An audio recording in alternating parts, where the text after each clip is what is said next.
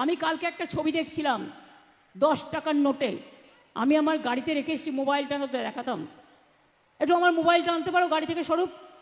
1912 সালের 10 টাকার নোট দেখুন, বাংলায় লেখা আছে।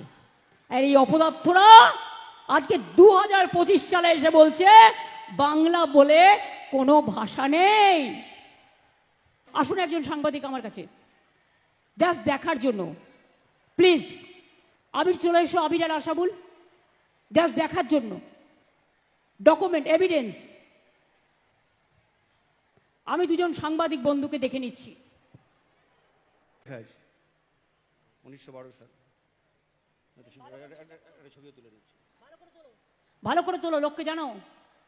আর এখন বলছে বাংলা নাই, বাংলা ভাষার অস্তিত্ব নাই। এরা কারা?